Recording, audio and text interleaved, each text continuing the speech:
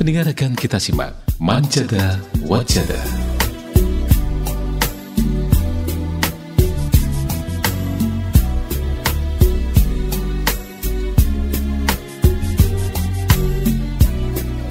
Bismillahirrahmanirrahim. Assalamualaikum warahmatullahi wabarakatuh. Radio kesayangan Anda, Persada FM, pilihan pas kita dan keluarga. Siarkan kebenaran, tebarkan kasih sayang.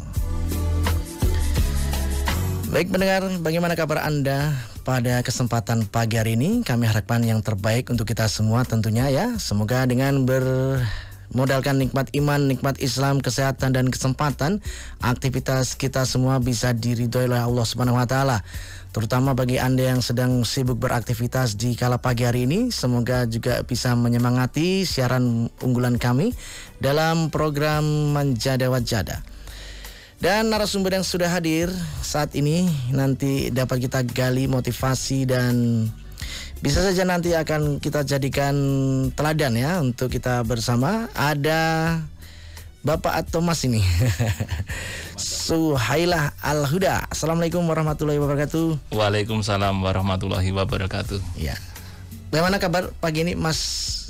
Siapa panggilnya nih yang akrab ini? Mas Suhel aja Mas Tommy. Mas Suhel ya? Iya, namanya bagus semua soalnya.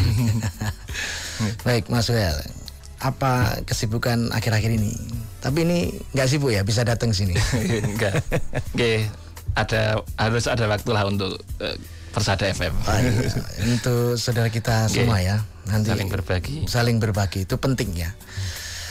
Jalan sukses jangan dimiliki sendiri ya, karena bisa saja itu dibagi justru akan memberikan cabang jalan sukses berkembang. lainnya.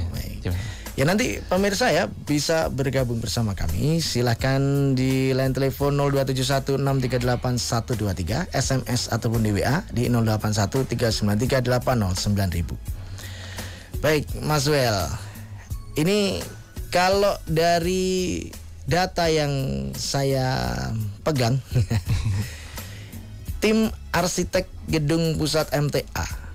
Nah, ini berarti Mas Suhel ini arsitek nih ya. Ya. Boleh diceritakan nih pengalaman dunia kearsitekan itu gimana awal mulanya? Ada yang ngarahkan atau inspirasi sendiri kala itu? Silakan. Dulu sebenarnya mungkin saya cerita tentang saya waktu kecil ya, itu bisa juga. Boleh. Jadi saya kecil itu kan lahir saya tahun 84 Mas Tommy. Jadi 84 itu kemudian diberi nama Suhailah ini dari almarhum Ustadz Abdullah Tufel Saputra. Jadi saya kurang tahu ya, kan Suhailah itu terkesan untuk anak perempuan atau wanita. Mungkin Bapak Ibu ketika matur itu mungkin keliru atau gimana, saya kurang tahu. Jadi kemudian dari tambahan Al-Huda itu kelihatannya dari orang tua. Jadi Suhailah dari Al-Ustadz, kemudian Al-Hudanya itu dari orang tua. Itu yang artinya itu mudah itu. Nah kemudian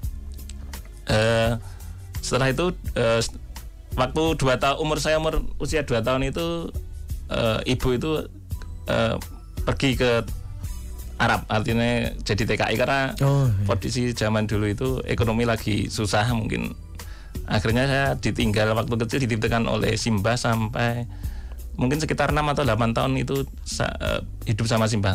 Tetapi bapak itu juga nyusul ke Arab gitu. Dalam tanda kutip satu majikan dengan ibu. Jadi satu tempat itu. Satu tempat ya? Iya, jadi bapak mungkin sopirnya, ibu jadi pembantu rumah tangganya gitu. Perasaan ini kayak plot film ini ya.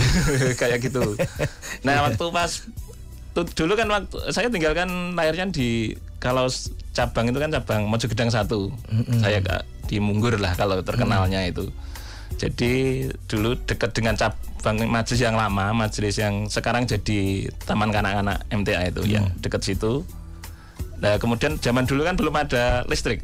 Artinya listrik itu saya mungkin kelas 3 atau 4 SD. Jadi sekecil sampai kelas 3 atau 4 itu nggak ada listrik. Dulu masih pakai tintir. Kalau yang pakai Petromak itu yang kelas borjuis itu biasanya. Iya. Waktu bapak pulang kemudian habis itu ya mendirikan kayak bengkel itu. Kemudian bapak itu singkat cerita bapak itu punya cita-cita, salah satu anaknya itu ada yang ingin di teknik gitu loh. Memang berapa ini? Bersaudara berapa? 4 bersaudara, saya anak keempat. Jadi kakak-kakaknya itu kebetul kuliahnya di Solo lah. Saya yang nggak di Solo sendiri gitu. Di mana kuliahnya? Saya kuliah di Semarang di Undip. Undip ya. Ya. Tiga-tiganya di Solo semua. Di UNS semua, ya. Tiga-tiganya di UNS semua. Arsitek Ya. semua. Bukan Atau apa? di SPD, ada guru, nggih. Pendidik semua tiga-tiganya. Ya campuran sekarang Campuran, untuk nggih. iya. Gitu. Jadi itu kok mengambil arsitek? Saya punya sebenarnya nggak bakat di seni nggak terlalu amat ya, beda dengan Mas Tommy serba bisa. Tahu dari mana ini? Rahasia itu. Dan saya sedikit dulu juga mulai nilai seninya juga lumayan, tapi nggak, artinya ya suka saja dengan seni. Kemudian saya suka dengan orang bangun itu sebenarnya dari waktu SMP SMA itu suka lihat bangunan juga. Kemudian bapak itu pengen salah satu anaknya itu pengen di bahasanya jadi mandor. Kalau dulu tuh menyebutnya itu bukan arsitek, bukan sipil. Bahasanya pengen anaknya tuh di salah satu di teknik itu. Nah, kemudian saya SMP itu di Gemolong. Alhamdulillah, kemudian SMP MTA Gemolong, kemudian SMA-nya itu di SMA MTA.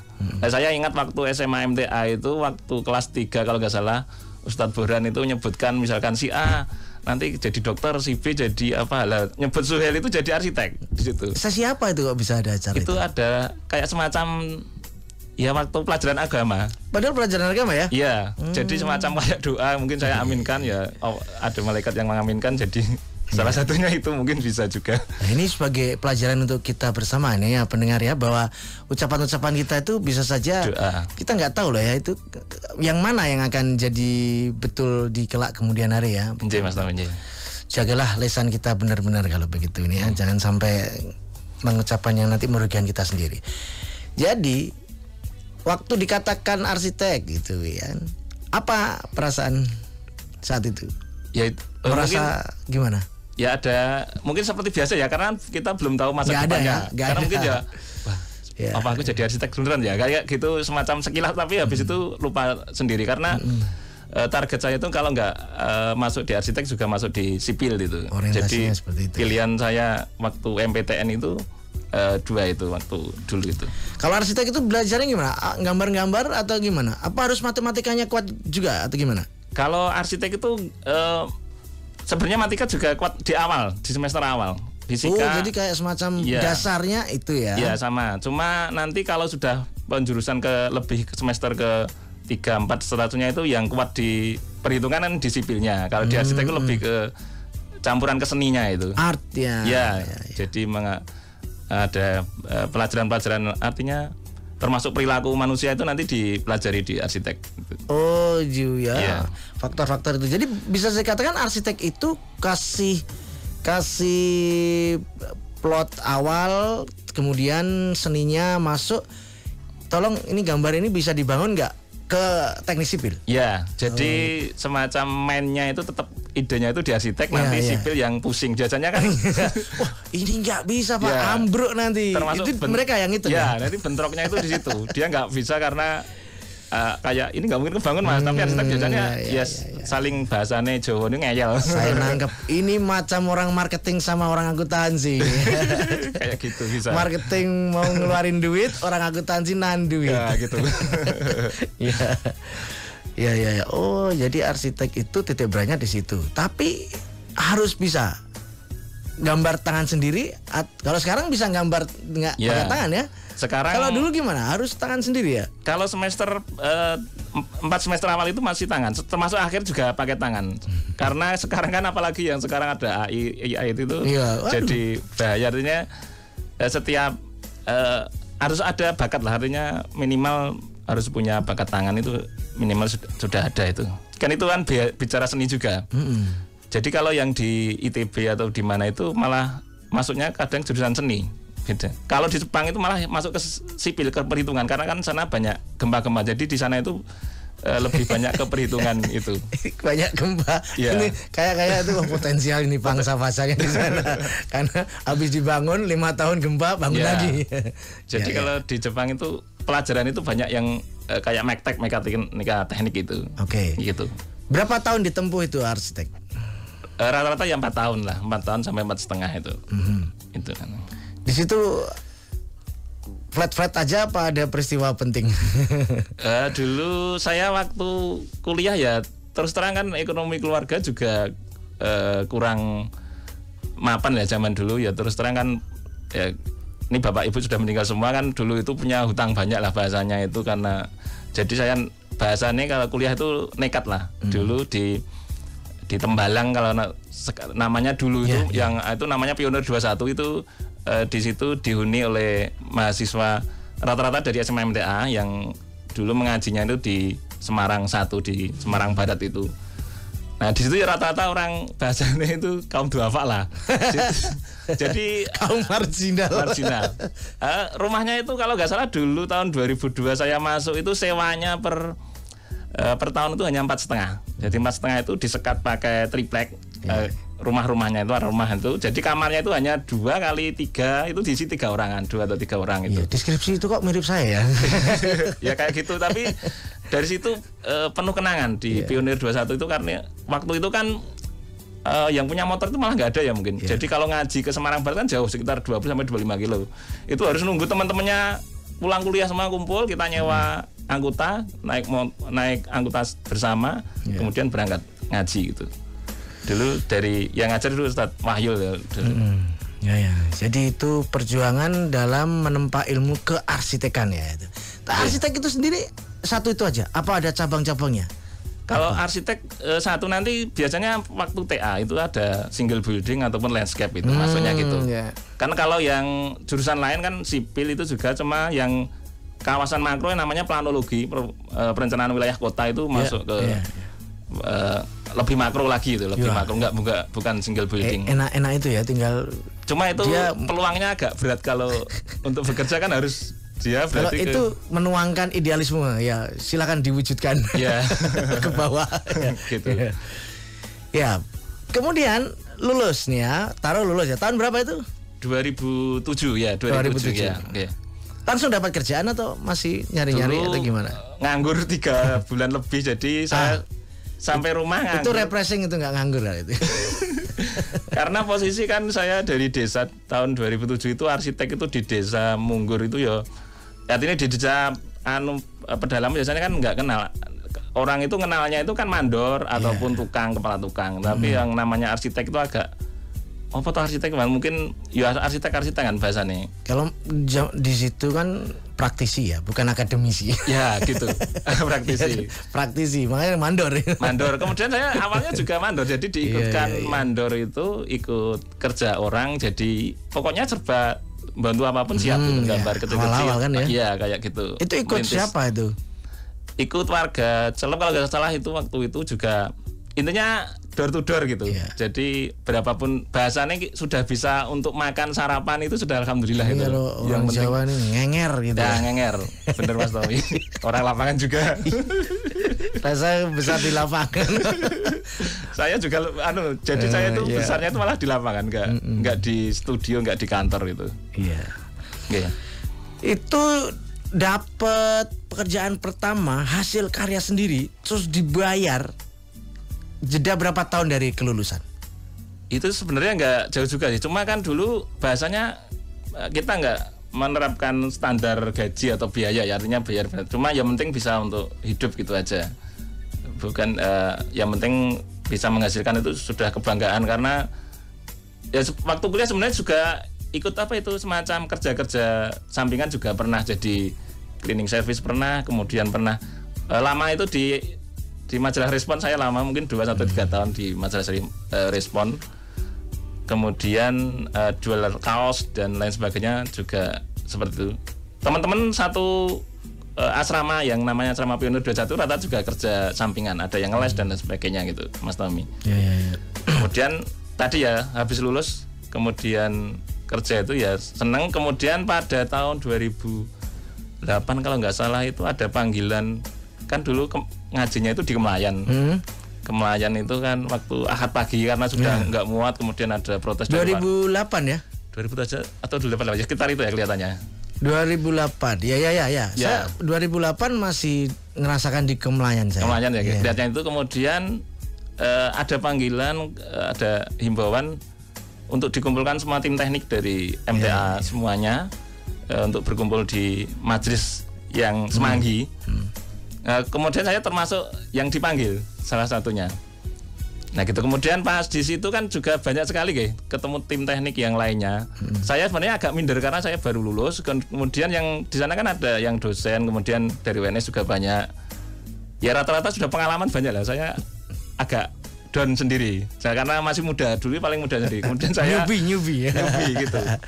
Lah pas pertemuan pertama kedua saya ikut. Pertemuan ketiga keempat kan saya nggak pernah ngomong. Saya nggak ikut. Artinya saya main sama tenaga tukang di gunung kalau nggak salah itu. Lah saya dibel oleh Pak Rosid. Pokoknya kudu teko, kowe kudu rene soalnya bahasanya yang bisa komputer gitu. Ya udah saya berangkat yang lagi. lain belum bisa ke ranah mungkin komputer. Karena angkatan lama mungkin nggak begitu familiar. Jadi saya kan pertama minder akhirnya paling saya nggak kepake gitu. Pikiran saya gitu. Saya gitu. Oke. Ya, jadi saya bisa bayangkan ya, di situ masih baru awal-awal, mau ngomong juga permisinya gimana, ya pokoknya kan? mendengarkan terus gitu. Mau ngelempar ide kok belum masuk idenya, ya. Akhirnya terbantu dengan semacam teknologi kekinian yang yang senior kan belum dapat ya itu ya. Lainnya mungkin baru AutoCAD. Kalau saya kan dulu sudah menguasai 3D. SketchUp itu saya sudah lancar. Artinya ketika dari dosen UNS mempresentasikan gambar 2 dimensi saya ya biasa aja. Yang lainnya mungkin luar biasa. Nah, ketika saya tampil pakai 3D, lainnya kita tambah luar biasa gitu. Barulah Cuma ya sekilas saja. Artinya ya teman-teman lain juga banyak gitu. Baru semua mata tertuju ya, habis itu saya artinya dipercaya, tapi dipercaya untuk membackup gambar awal itu ya. Meskipun itu tetap ide semua, cuma saya kayak semacam menerjemahkan dari teman-teman dari tim teknik itu. Tiba-tiba siapa ini? Ternyata ya ada toh.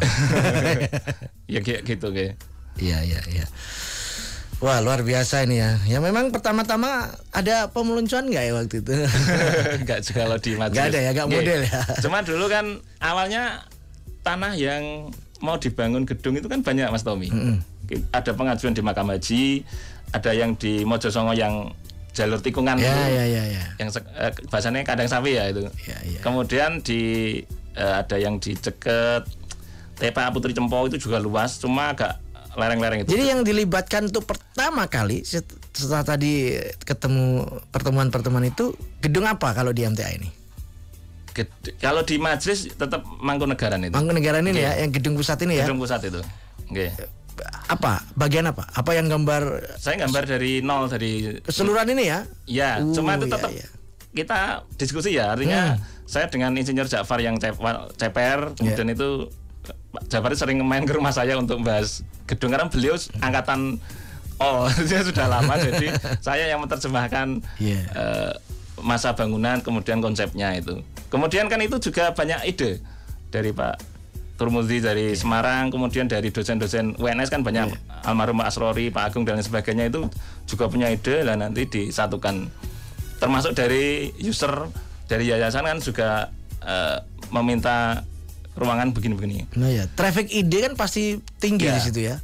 Jadi awalnya itu gini Mas Tommy, Al-Ustadz almarhum Ahmad Sukina itu kan awalnya intinya mindah dari Kemayan ke gedung Semen yang sekarang ini. Misi simpelnya itu kan. Itu aja. Jadi kayak bikin gudang aja nggak apa-apa dulu, kayak gitu. Makanya saya gini waktu pertama kali ini kan itu 2009 ya selesai kan? Nggak kelihatan ya, kan? 8 bulan kok yang ya. Ya kan? Saya masuk kan Oktober 2008 siswa di MTA, udah resmi lah ya. Saya bertanya-tanya mana basementnya ini? Tadi toko-toko yang di sini kan biasanya kan ada basement, malah nggak ada ini. Dulu sudah artinya sudah diskusi sampai ke sana karena basement itu dulu waktu berbiaya mahal juga, kemudian kos untuk pasti itu ya. Artinya perawatan juga tinggi, juga rawan bocor. Kemudian yang kedua kita juga ngejar tayang untuk peresmian itu juga. Karena untuk kepentingan momentumnya itu kita nyari momentumnya itu yang mahal itu. Yang menentukan lokasi itu juga Al-Ustadz, karena dari tim teknik nggak ada yang setuju di situ, karena dulu kan depannya ada kayak toko kecil-kecil itu loh. Betul. Jadi kita mungkin saya punya ide di Putri Cempo, yang lain punya ide di yang Mojosongo, ada yang Mahkamah Haji. Jadi yang menentukan ke situ tuh Al-Ustadz langsung. Wes situ aja tuh. Nah malah momen waktu ke situ yang depan ternyata sudah direncanakan oleh Pak Jokowi waktu itu masih wali kota untuk dialihkan ataupun digusur, yang artinya dipindahkan ke yang Pasar Ngarsopuro itu. Relokasi Ya, bahasanya relokasi. Wah, kalau dengar kata gusur itu kayak kita tuh dolim pada orang. bener. Semoga nggak ada yang dengerin ya. Iya. Relokasi. Ya, jadi itu ya. Kemudian setelah gedung pusat, proyek berikutnya apa kalau di yayasan ini? Kalau di yayasan saya ke SMA MTA yang tampak depan itu juga. Oh ya, SMA MTA, situ ya. kemudian Asrama Putra SMP. Nggih. Ya. Nggih, berlanjut mungkin gedung SDIT Sukoharjo yang depannya itu. Oh, SDIT Sukoharjo juga ya. Nggih. Yang Kemudian? terakhir di MPK sama Pondok Master Plan yang Pondok Putra. Oh, yang MPK sama Pondok duluan Pondok kan mesti? Duluan Pondok. Ya. Habis Pondok sambil jalan Pondok ke MPK. Terus Majelis Perwakilan Karanganyar. Perwakilan juga ngejar momentum juga kan Momentum itu. juga. Double. Iya, baik. Ya, nanti kita perdalam ya tentang beberapa ikon-ikon gedung dakwah yang ada di MTA ini ya, pendengar. Nanti kita akan simak kembali di Manjada Wajada bersama Mas Suhailah Al-Huda, salah satu tim ya gitu ya. Iya, salah satu tim arsitek gedung pusat MTA. Ini salah satu apa ya, anak bangsa. Waduh, gimana saya nanya? Kalau gitu namanya apa ini? Generasi milenial dakwah yang ada di MTA ini yang bisa kita sorot perjalanannya, bisa kita jadikan momentum dan juga trigger untuk bisa lebih semangat. Jadi apapun itu tadi perjuangannya sangat luar biasa. Jangan berhenti hanya sekedar kena masalah saja, tapi masalah tetap harus dihadapi, karena setelah masalah pasti ada jalan keluarnya. Jangan kemana-mana, kita akan segera kembali di Manjada Wajada. Ya baik, saudaraku pendengar Persada FM dimanapun Anda berada, terima kasih Anda masih setia bersama kami, khususnya di program unggulan Manjada Wajada pada kesempatan pagi hari ini. Masih bersama Mas Suhailah Al-Huda, salah satu tim arsitek gedung pusat MTA dan gedung-gedung MTA lainnya. Begitu ya Mas. Baik, kita tadi sampai di kita akan sapa dulu ya yang pemerhati yang ada di medsos ini, dari Farid Zidan. Terima kasih Mas Suhail yang sudah jadi irit lampu, udara segar bisa masuk, irit listrik. Semoga jadi amal soleh tim, karena banyak majelis dan asrama serta pondok tahfidz. Ini dari mana nih? Bisa mengidentifikasi? Apa pernah dibuatkan apa ini, rumah atau yayasan di cabang atau perwakilan atau gimana? Mungkin ada beberapa majelis yang kami desain juga, termasuk gitu. Rumah tahfidz yang di Karangpandan kan juga dari tim kami. Ya mungkin itu ya saya untuk yang. Jadi memang arsitek kan artinya fungsinya itu kan membuat desain bangunan itu, bahasanya itu bisa irit listrik, irit lampu, artinya pencahayaan masuk, kemudian penggawaan juga bagus itu. Meskipun sekarang memang jadi fenomena global warming ini sudah dirancang sebagus mungkin, tapi karena cuaca memang kurang bagus, karena nggak ada udara yang ngalir atau nggak ada angin, jadinya kadang tetap jadi panas, kadang juga seperti itu. Yang penting akomodatif ya. Ya, tapi tetap tantangan juga untuk arsitek-arsitek sekarang. Seni akomodatif. Kemudian dari Hilmu ya, apakah jadi arsitek harus pinter gambar, Mas Suhail? Beda dengan teknik sipil itu apa? Ya, kalau arsitek sebenarnya nggak harus pinter gambar, tapi itu kalau ada pinter gambar juga ada poin plus lagi, karena memang yang namanya arsitek kan bahasanya separuhnya itu dia art di seninya, kemudian separuhnya itu kan ada di kayak logika berpikir untuk sipil, jadi seperti itu. Kalau sipil kan murni dia perhitungan rata-rata. Teknis ya. Termasuk rata-rata kan sipil banyak ya, ada yang di jalan, ada di bendungan, kemudian yang di single building juga ada untuk perhitungan seperti itu. Ya kita coba lihat lagi ya gambar-gambar beliau ini. Kita tayangkan coba bagi yang di medsos, tapi yang bisa lihat yang di radio nanti saya gambarkan saja ya. Nah ini berarti ini gedung pusat ya. Ya, gedung pusat MTA Mangkunegaran. Ya, ini dulu awal-awal. Mungkin kami jelaskan dulu yang ini. Ya. Ini kan ada dulu sempat gedung MTA Mangkunegaran itu kan banyak desain masuk juga dari tim teknik yang lain itu. Banyak kolomnya. Jadi kalau banyak kolom kan bahasanya kalau untuk pengajian kayak masjid itu nggak nyaman. Jadi mungkin peserta itu nanti akan bahasanya sembunyi di belakang kolom, mungkin nggak tahu. Nah itu dari kami termasuk tim teknik dari kami, Pak Tono itu termasuk bagaimana caranya agar kolomnya itu jarang dengan bentang segitu. Makanya kalau kita lihat kolom tengahnya itu kan ukurannya itu 14 kali 15 meter, itu hanya kolom 4 ditopang 4. Itu mungkin jarang sekali yang menggunakan konsep itu. Jadi kita pakai. Jarang karena apa ya? Karena nggak senang apa resiko? Resiko termahal juga. Oh gitu. Jadi itu konsepnya agak rumit. Jadi pakai atau kita sebut itu tuh beton prategang ataupun balok prestress yang biasa dipakai di jembatan. Jadi di setiap balok yang di tengah itu ada semacam kawat tembaga baja yang kuat itu. Nanti kalau sudah dicor, ditarik itu nanti balok tengah itu naik sekitar 10 cm itu. Jadi yang warna kuning itu naik, tengahnya itu naik 10 cm. Makanya kalau Mas Tommy ya, saya ngerasain. Nah, Mas Tommy kalau pas sujud atau apa biasanya agak getar. Betul. Karena itu memang ada kawat. Bukan karena nggak kuat, karena memang itu di semacam itu. Saya berdesir di hati. Nah, tapi satu mikir, oh ya memang harus gini. Itu kan karena biasanya dipakai di jembatan. Iya betul. Dipakai kan di gedung itu. Kayak di jembatan kalau kita lewat ya. itu. Saya pikir ya, wah ini berarti ya memang toleransinya inilah. Ada tinggi.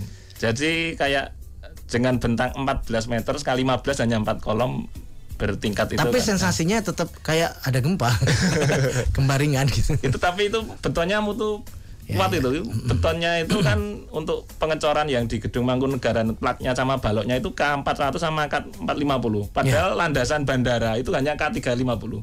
Jadi lebih kuat dari bandara. Ini pendengar gedung MTA ya. Iya, gedung MTA. Bukan gedung Mangkunegaran nanti. Gedung MTA Mangkunegaran. Gambaran pendengar nanti gedung Mangkunegaran. Gedung majelis kita itu kekuatan betonnya itu K400 sampai 450 gitu. Ya, itu kelebihan-kelebihan dari perhitungan-perhitungan itu ya, dari keinginan mengakomodir tujuan dan suasana masuk jadi satu ya. Ya. Ada lagi, Mas Wel? Ya mungkin gedung Mangkunegaran itu karena memang awalnya itu untuk pindah pengajian, ya mungkin karena sekarang nggak muat lagi. Itu karena peraturan juga 4 lantai itu kita nggak boleh lebih dari itu karena luasan tanah itu peraturan di kota itu nggak boleh lebih dari 4 lantai untuk area situ nih. Ya itu ya ilmu ya tadi. Ada gambaran jawabannya. Nizam Zabil juga ini menyapa ya, terima kasih Nizam Zabil sudah atensi di Manjada Wajada kali ini. Ini ada gambar-gambar Pondok Tafid Putri ini ya. Rumah Tafid, iya. Ya. Ini saya belum pernah ke sana. Itu kecil lah, hanya 600 meter luasan tanahnya. Tapi ini produksi para ahli ini. Ya. Itu dari tim kami, dari Mas Aim yang desain, tapi masuk tim dari Semai Arsitek. Kemudian ini gedung MPK ya. MPK itu kalau pendengar masih belum familiar adalah Majelis Perwakilan Karanganyar. Ya, yang baru. Jangan dikira gedung MPR yang di Karanganyar. Ya. Baik. Ya, ini kapasitas berapa ini aula gedung MPK ini? Kalau dari perhitungan Mas Wel berapa sih? Itu MPK itu sekitar nggak luas banget sih, untuk yang pengajian mungkin 1000 sampai 1500-an. Dalam posisi duduk ya. Dulu sebenarnya mau ada balkon, tapi beliau Ustadz Narno nggak usah aja, ini cukup karena nanti modenya bergilir. Yang kedua itu kan juga untuk lapangan LED badminton, bisa untuk 3 lapangan itu. Ya. Sudah disiapkan semua. Baik. Ya, itu tadi karya-karya saudara kita ngaji ya. Jadi spektakuler. Tapi pertanyaannya nih, sekarang kita masuk ke esensi dakwah. Sebenarnya arsitek itu ambil peran dakwahnya di sebelah mana? Apa ada mesti nempelin ornamen ke Timur Tengah atau ada Arabic style-nya atau gimana esensinya nih? Kalau untuk dakwah sebenarnya kan kurang mengena beda dengan kalau kita di atas mimbar ya. Mungkin ya semacam itu. Salah satunya kayak dulu saya bangun yang di Apotek Masaran itu kan ada kubahnya, padahal itu apotek. Itu sering orang mampir dikira masjid, kira gitu. Jadi sering, wah tak kira masjid mas nggak jadi lanjut lagi kayak gitu. Ini apotek Islami. Gitu ya, semacam itu mungkin untuk secara orang melihat bangunan habis itu masuk Islam itu kelihatannya agak berat kelihatannya. Biasanya tetap dari isian. Kalau dari Mas Wel sendiri di dakwah sehari-hari gimana? Kalau di dunia arsitek atau sesama arsitek begitu kumpul, ada nggak sih asosiasi atau paguyuban itu? Ada mas. Jadi apa namanya? Namanya IAI, Ikatan Arsitek Indonesia. Jadi kalau orang sekarang kan ada aturan baru, orang berpraktek itu harus punya semacam STRA. Kalau yang dokter kan ada, perawat juga ada, bidan juga ada. Kalau namanya dia STR, kalau di STRA. Jadi surat tanda register arsitek gitu. Kemudian nanti juga kita punya lisensi juga. Jadi nanti izinnya itu kayak sekolah profesi. Gitu. Jadi nanti gelarnya itu kalau saya kan Suhaila Huda ST, tapi kalau sudah nanti kayak punya profesi nanti gelarnya AR, Arsitek Suhaila Huda IAI gitu. Jadi nyebutnya gitu. Jadi yang punya STR itu STRA sama punya lisensi itu yang boleh berpraktek. Peraturannya kayak gitu. Cuma kadang di lapangan tapi di lapangan kan ya, lain. Cuma itu perlu kayak tetap menang Pak Mandor. kayak gitu. Praktisi. Cuma kalau untuk perizinan harus ada semacam tanda tangan dari arsitek yang terkait yang sudah punya lisensi. Gimana cara ngontrol? Misal gini, gedung tiba-tiba runtuh karena force major atau karena apa? Kan nggak ada apa-apa, nggak ada force major, tiba-tiba runtuh atau atap atau dindingnya kenapa-napa begitu. Biasanya gimana cara men-tracing masalahnya? Itu masuk nggak ke prasyarat pidana itu? Masuk itu, makanya itu nanti kan kayak perizinan. Jadi kan nanti yang ditelusur kan berarti dari arsiteknya, dari sipilnya, dari pelaksananya, pengawasnya itu kan nanti jadi diusut lah bahasanya kalau kayak semacam itu. Rumusnya bener nggak ini? Nah, kalau gitu. tiba-tiba baru 1 tahun 2 tahun plafonnya ini kayak semacam biasanya kan atap bajaringan yang kayak gitu ya. Runtuh nih bani orang. Cuma kalau tembok kayak ngerambut, retak itu biasa karena semua bangunan itu pasti punya retak rambut. Jadi kalau pendengar semua, kok rumah saya kak retak? Kalau retaknya masih wajar, itu wajar karena memang proses bangunan itu kan kayak ada pemoaiannya. Jadi bangun baru mungkin selama 2 atau 3 bulan baru retaknya itu baru kelihatan, itu wajar sekali, masih wajar. Kalau orang awam kan bilang, ini tanah di daerah sini nggak stabil nih, bener nggak itu? Itu bisa juga. Jadi kayak semacam kalau bangunan 3 lantai ke atas kan harus ada sondir, kalau izin peraturannya itu harus ada sondirnya. Itu ya perlu dicek lagi ada kekuatan tanahnya gimana gitu. Jadi kan bisa kita lihat kadang-kadang belum lama gitu cor-coran itu tiba-tiba retak. Ya. Kemudian geser, frakturnya naik turun gitu. Ya. Yang satu naik, yang satu turun gitu. Nah. Kayak trotoar juga gitu kan. Kadang-kadang ini trotoar kemarin dulu rata, tiba-tiba trotoarnya jadi naik. Iya, termasuk kadang kan jalan yang baru itu kan ada kayak semacam dikasih sekat-sekat, itu kan namanya dilatasi. Itu memang untuk mengantisipasi itu. Kalau itu nggak ada itu nanti tetap jomplang bahasanya itu. Iya. Kayak meleleh gitu. Kalau di aspal begitu ya. Iya kayak gitu Mas. Sebenarnya kalau aspal sama cor-coran potensinya bagus nggak untuk sebuah jalan ini, sekalian nanya. Kalau itu kan sebenarnya ranahnya sipil ya. Cuma kalau jalan kan bagusnya cor dulu, ada rangka besinya, baru diaspal, itu lebih cuma mahal biasanya. Makanya sekarang kan daerah Purwodadi semua rata-rata kan sekarang cor kan lebih awet. Kalau ngandalkan aspal. Berarti relate ini waktu saya siaran sama kepolisian Polri yang dinamakan jalan itu harus aspal. Iya. Ya kan? Kalau dicor itu harus diaspal. Ya, itu baru memenuhi undang-undang. Kalau belum diaspal itu belum memenuhi kaidah undang-undang. Berarti relate ini benar. Berarti memang dari safety dan kenyamanannya memang benar aspal. Permukaan teratas itu aspal ya. Karena itulah definisi jalan. Kalau dari aparat kepolisian kemarin pengalaman saya siaran seperti itu dari lantas itu. Ya itu tadi ya, ini wawasan mumpung ada arsitek kan di sini. Baik, itu kalau berkarier seumur hidup apa ada expirednya? Kalau ini prakteknya sudah usia sekian, kalau udah ya nggak boleh lagi atau gimana? Kalau profesi arsitek kan saya kan kayak semacam wira swasta, berarti kan nggak ada expired. Beda kalau mungkin saya di akademisi jadi bergabung dosen di sebuah institusi. Nah, institusi berarti ada umur 60 tapi itu kayak semacam pensiun kan ada. Tapi kalau saya kan mandiri, punya studio sendiri, punya tim eksekusi sendiri ya selama saya masih bisa berkarya. Terus bisa. Berlakunya surat izin praktek itu nanti tiap 3 atau 5 tahun itu nanti diperbarui kayak gitu. Gitu ya. STRA sama ya itu. Ya.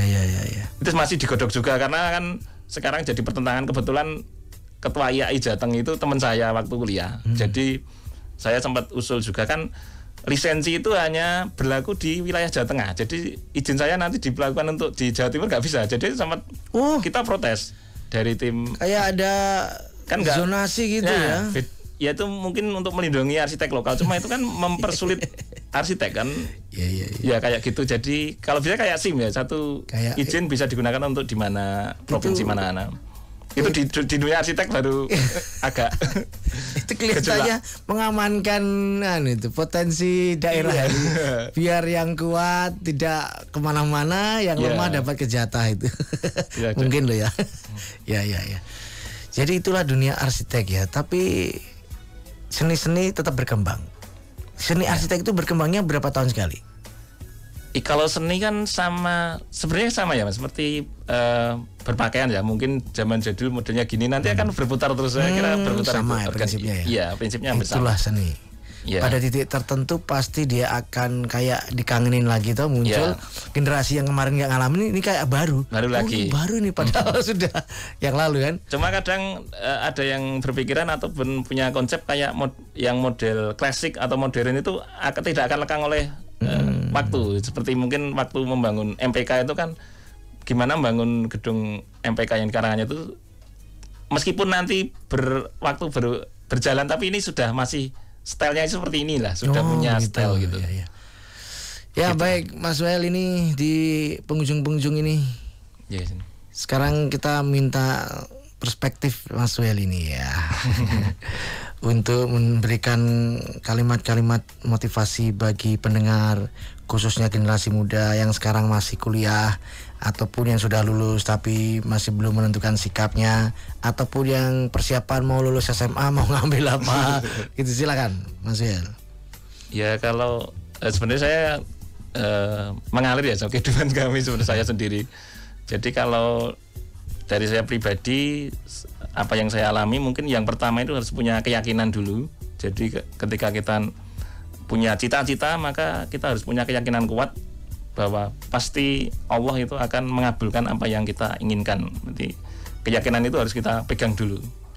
Kemudian selanjutnya mungkin tekun ya. Tekun itu apa ya, semacam semangat untuk berubah agar apa yang kita cita-citakan itu bisa berhasil.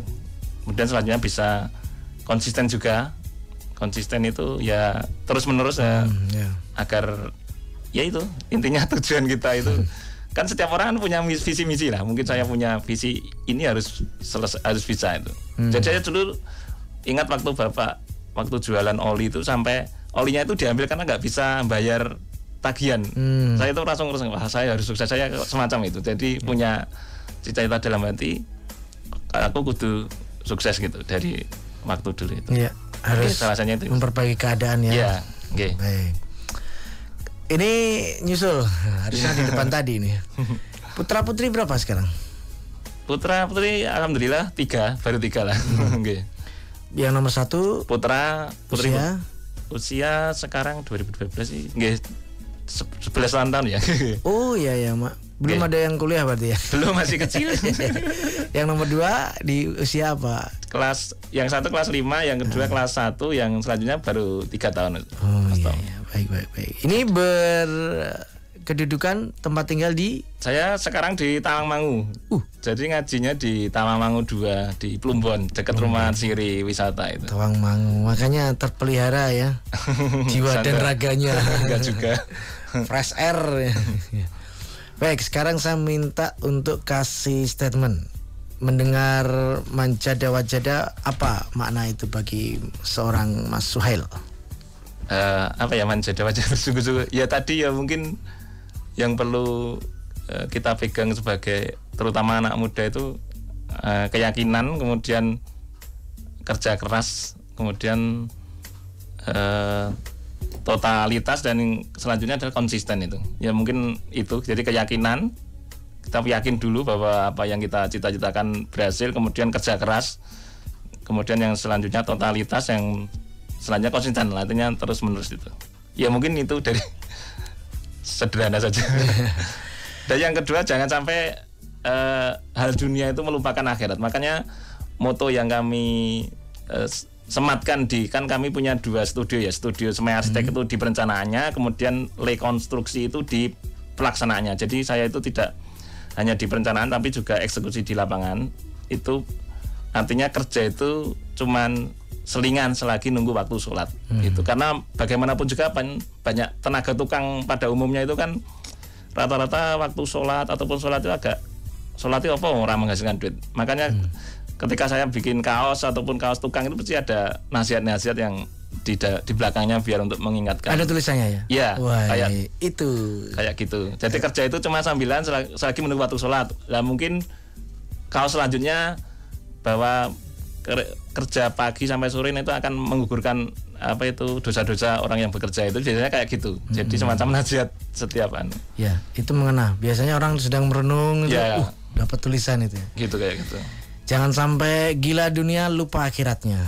Baik, begitu ya. Terima kasih Mas Suhail. Semoga semua jalan diridhoi oleh Allah Subhanahu Wa Taala beserta keluarga tentunya, dan bermanfaat hingga sampai kemana-mana, dan bisa membawa circle lingkungannya juga bisa dampak positifnya. Demikian. Assalamualaikum warahmatullahi wabarakatuh. Waalaikumsalam warahmatullahi wabarakatuh. Baik pendengar, demikian tadi telah kita simak dan ikuti bersama program unggulan Manjada Wajada pada kesempatan pagi hari ini bersama Mas Suhail Al-Huda, salah satu tim arsitek gedung pusat MTA dan ikon-ikon gedung MTA lainnya. Semoga membawa manfaat dan keberkahan untuk kita bersama dalam jalan dakwah. Tentu saja tidak mulus-mulus saja, banyak rintangan dan juga tantangannya. Namun demikian itulah esensi dalam perjuangan dalam Islam. Saya Tamil Al-Fatani pamit undur. Assalamualaikum warahmatullahi wabarakatuh. Radio Persada FM.